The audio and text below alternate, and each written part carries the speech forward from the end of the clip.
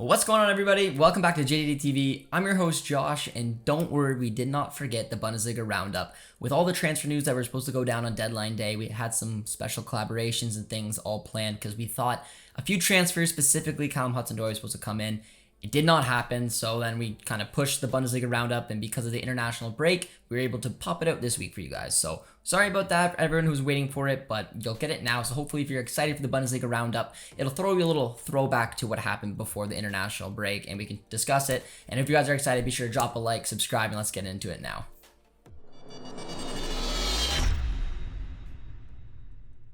Taking a look at the Friday night fixture, it was Borussia Dortmund and Hoffenheim. Get to talk about Dortmund right off the bat. And for those of you guys who don't remember, it was a bit of honestly, it was a full-out Dortmund type of game. It's one that grabs your heart, throws it around, thinks that you're going to drop points, and comes out and somehow gains all three. And that's exactly what happened after questionable defending, and we know we have a very injury-depleted starting 11, but it looked like we were maybe chilling and going towards a 2-1 win, 3 points, easy as you like. Hoffenheim come back late, get a goal, tie it up 2-2. I was crying in the watch-along.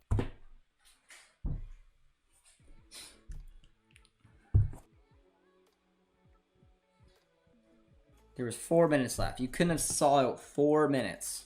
Getting all mad, getting all angry, and while I was ranting, we go back down and score the other way very late in the game with a nice goal there by Erling Haaland, and then guess what? I'm happy and smiling. And then also needed to know that we were hopefully going to do some stuff on transfer deadline day. A couple of the very important pieces I thought were going to come in did not. Regardless, we did pick up a defensive piece, which is something that was very, very important. And the biggest thing is that we picked up all 3 points. So back to winning ways, 2-0-1 start for the first 3 games, similar to last year, 6 points out of 9. Not terrible, but this was a vital 3 points. And knowing that how Dortmund sometimes lose victories because of the last minute of the game and a goal can happen, it looked like that was going to happen in 2 big drop points. But kudos to Marco Rose and the boys for finding a way to get it done. 3 points, and we go on to the next one.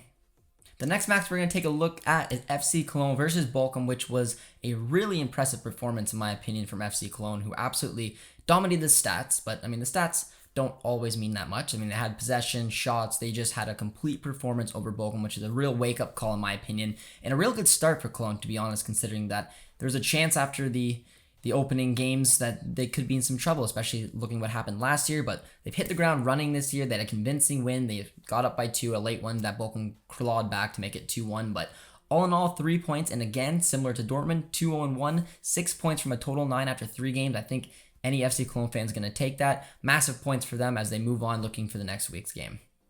Moving on over now to the Arminia Bielefeld and Eintracht Frankfurt match, which from Frankfurt's perspective is 2 points dropped. It really is. Oliver Glasner has not really hit the ground running so far in the opening 3 games. And it's a little surprising because of how incredible he did for Wolfsburg. He is starting to implement his Wolfsburg tactics into this Frankfurt side and trying to make it his own. They're back playing in the 4-2-3-1, and it looked like they were on track for 3 points, but a late equalizer from Arminia Bielefeld snatched 2 points from Frankfurt, and honestly back to the drawing board because this team is expected to compete, especially after, yes, losing their manager, but Oliver Glasner led Wolfsburg to Champions League football. He's a manager that you want to come in. And this is just a disappointing result. They're 0-2-1 so far, and if you're Arminia, it's a good point to grab, but a lot of question marks will be asked for Glasner going forward as they need their first win of the season desperately going into their 4th game. Taking a look at the Augsburg and Bayer Leverkusen match, this was one where if I had a power rankings for the poorest teams in the Bundesliga versus the hottest, which I do have one for the hottest, Augsburg would be towards the bottom as they just looked absolutely all over the place. This was a really good match for Bayer Leverkusen. This group is performing very, very well. They're playing in the 4-2-3-1. They got their main man, Patrick Schick, who scored an absolute banger in this game. Florian Wirtz came off the bench, got a goal and assist with a cheeky little goal at the end there, nicking it around the keeper and putting it in. But all in all, this was just a really good performance. Leverkusen is scoring for fun, taking down Gladbach this year 4-0 on the road to Augsburg, who, again, Augsburg is known to be a stubborn team to break down. Not so much this year, which is something that I think is really going to hurt them in their relegation battles, because if they can't grit their way through like they have in the past to get points, I think it's going to be very hard to see them not going down this season, especially after watching this defense so far this year and not really producing that offense that used to be able to steal a point here and there.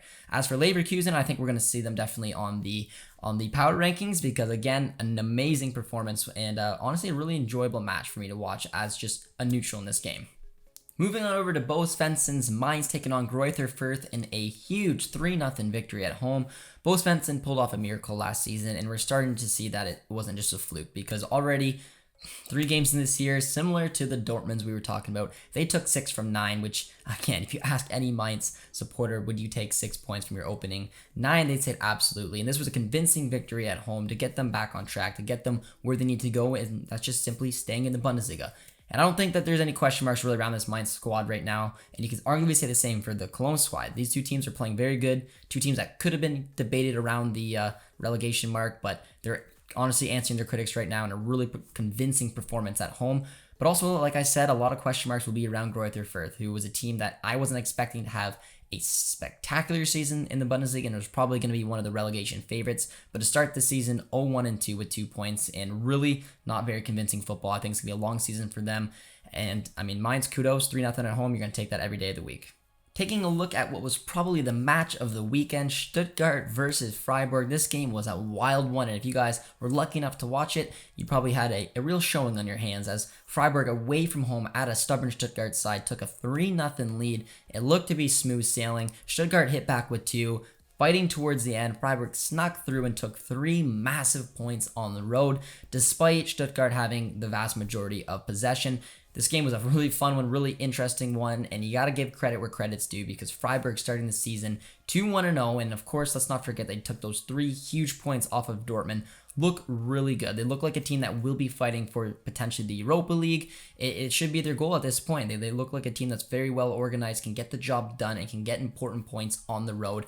Stuttgart just came off a little too flat in this game, and you're down 3-0 at home. It's very lucky to see if you're able to pull something back, but I mean, they did have some fighting spirit, only just wasn't enough, and were unfortunately able to fall to a 3-2 defeat. But there was some positivity they can take out of it with this fighting spirit, and 1-0-2 start, not ideal for Stuttgart, but I wouldn't worry too much for them going into their 4th game. Taking a look over at one of the bigger lopsided results of the weekend, Bayern Munich at home against Hertha Berlin, where they won 5-0.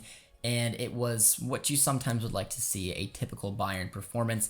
I had some question marks with given their first game with the 1-1 draw against Gladbach, followed by a very unconvincing 3-2 win at home against Koln. This one was convincing. This one was dominant. Hertha looked like they are in a load of trouble. Bayern and Lewandowski walked away with victory. Lewandowski picked up a hat-trick. The team looked good. A lot of positives for Nagelsmann to go forward with. A lot of things that will make Dortmund fans and other fans around the title-chasing pack very nervous, because this is exactly what Bayern and Bayern fans wanted to see, a bounce back, a reaction, and of course a hat-trick for Robert Lewandowski, which he absolutely got. Taking a look at Hertha now, 0-0-3. No points in their 9 games for a team who we know has trying to replenish this squad and get back into European football. It's just not good enough. I still think they have a good enough squad to survive. Now, they did just sell Matthias Cunha, which is a very big loss for them, and he's very important for them going forward, but I still do think that there's some quality in that team, and they're just going to have to find a way to regroup and get back on it, because this was an atrocious start for them. And again, if we had the power rankings for bottom of the table, I'm pretty sure Hertha would be number 1. Taking a look at the Union Berlin versus Borussia Mönchengladbach game, it was one that Gladbach once again will be scratching their heads wondering how they did not get a point from this match. Huge kudos to Union Berlin, who defended well, were very composed, and were able to get off to a good start, getting 2 goals before Gladbach inevitably got one back. But it just was one of those games again for Gladbach, who dominated possession, who looked to be the team that just could not find enough creativity to get a goal when they needed to. And Union will hit you. They know that. Everyone in the Bundesliga knows that, what Union Berlin can do, and they showed it on full effect here. And Gladbach, another team that's very poor start to the season with 1 point from their opening, 9 points available to them. Adi Hütter's got some questions to really do, because this team is too good to be sitting down 3 games in towards the bottom of the table. This is supposed to be a team that's supposed to be going for Champions League football. They don't have any European football this year to distract them, and it's just not good enough. And there's going to be a lot of pressure coming on Adi Hütter if he can't find a way to get this thing done. But kudos again where it's due, and that is Union Berlin, who have an excellent start to the season so far, taking 5 points from their opening 9. But, I mean, big win like this at home against Gladbach, there's going to be no complaints coming from that game. Now, taking a look at the final game of week 3 for the Bundesliga, it was Wolfsburg, it was RB Leipzig, a match that, I mean, I'm sure most neutrals wanted to watch this one because it was going to be an absolute banger of a game, and I mean, it didn't quite live up to the hype because it was only a 1-goal scoreline, but It was a stubborn match that was played here, but Wolfsburg deserve a amount of credit. Getting this over the line, there was a lot of question marks going into the season, specifically from me. Not that Wolfsburg haven't replenished his squad properly, because I think, in my opinion, they had the best transfer window of any team in the Bundesliga. But I really thought Oliver Glasner moving on and bringing in Mark van Bommel, I didn't know if he was quite up to the task of being able to do this, but they're 9 for 9. They're the only team in the Bundesliga who've taken 9 from their possible 9, and it's a really, really good start for them. And taking on this Leipzig squad, who just came off a really confident 4-0 victories themselves, and to really just keep them at bay and not give them a lot of chances, just shows how Mark van Bommel has kind of came into this team and the structure that was already laid out for them. They still play in the 4-2-3-1, and they did it to exception today. On the flip side of thing, Jesse Marsch is in a bit of trouble. And I say that, but you got to hear me out. I mean, the disappointing opener for Leipzig, followed by this result here. 1 win, 2 losses, 3 points from 9 is not great for RB Leipzig, who again are supposed to be competing for the title. But on top of that, not the pressure is going to build, because I don't think Jesse Marsch is going to get fired.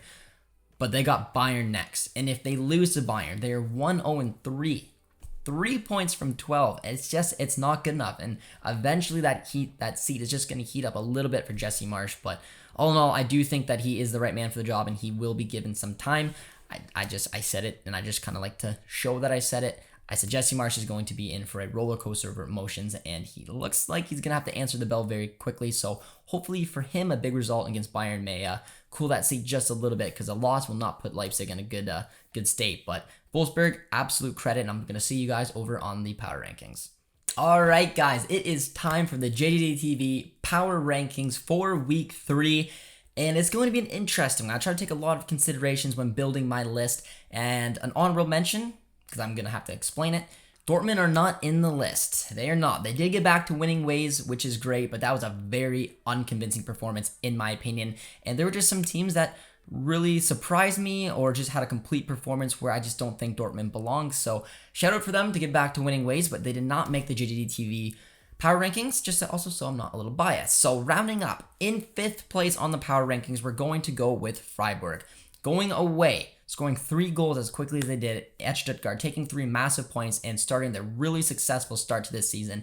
They absolutely deserve to be on my power ranking, sitting in 5th place, with 4th place being Mainz. Again, really confident start for them for this season, and a big 3-0 win at home against Greuther Fürth. I know it's not the most scary opposition, but they still have to get job done, and Bo Svensson's doing a wonderful job, and that scoreline just to me is very convincing and deserves to rank up on 4th place on the power rankings. While we go to 3rd place, I'm going to put Bayern.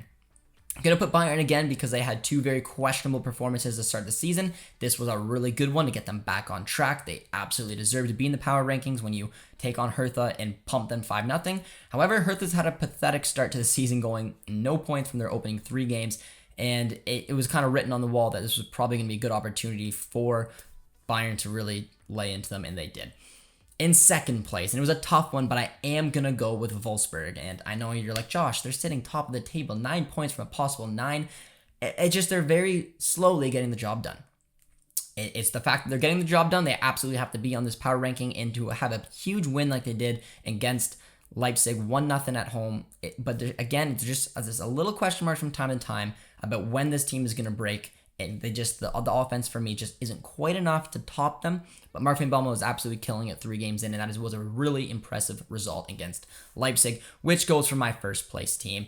And you guys can argue it maybe with Wolfsburg, maybe even Bayern if you feel like it, but for me, Bayer Leverkusen absolutely had to be first on the power rankings, going from that 4-0 victory against Gladbach, which is not an easy task, then go away at Augsburg, win 4-1. And I know I made the point that, well, it's Augsburg, like it was Hertha, and I mean, Wolfsburg did beat Leipzig, but away from home, 4 goals to continue on scoring for fun. This team looks really dangerous, and honestly, if we're going up against them, and I'm telling you right now, being a Dortmund supporter, I'm nervous, because they are in excellent form, and I probably would have rather took on Wolfsburg than Bayern, so I went with Leverkusen to top off my power rankings, guys, so be sure to let me know if you agree with me in the comments with my power rankings, or if anything you would have changed up there. All right, guys, we're moving on to the final segment of the Bundesliga Roundup, and that is taking a look at the JJD TV fantasy rankings. And in first place, a big shout out to Gladiator 11, who is absolutely killing it right now with 445 points, sitting top of the charts. Here's our top 10 list, and to check in with Producer T, who's doing very respective in 27th place with 361 points, and then all the way down in 55th is myself with 320 points. Not overly ideal, but big shout out to Gladiator 11. And if you see your name in the top 10 list, or if you are in first place, comment down below and show a little bragging rights there. So we hope you guys did enjoy this episode of the Bundesliga Roundup. I know it came a little bit later, but at least hopefully it'll give you a refresher on what happened in the previous week because of international football going into the next week where we're going to take on Leverkusen. So if you guys did enjoy the Bundesliga Roundup, of course, be sure to drop a like, subscribe, let us know in the comments any ways you want us to improve this series because this will be a fun one to do it throughout the season. Take care, guys, and we'll talk to you guys soon.